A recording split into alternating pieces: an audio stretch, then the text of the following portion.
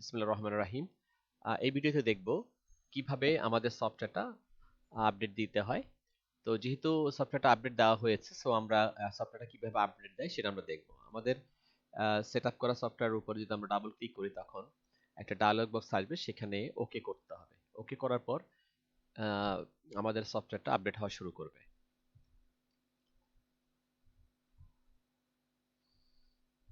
Update শেষ হওয়ার পর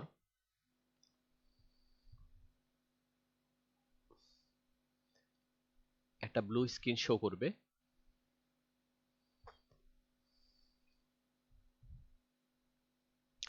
সেখানে মোর ইনফো ক্লিক করে রান ওয়ে ক্লিক করলে সফটওয়্যারটা আপডেট হয়ে চালু হয়ে যাবে। ওকে, আসসালামু আলাইকুম।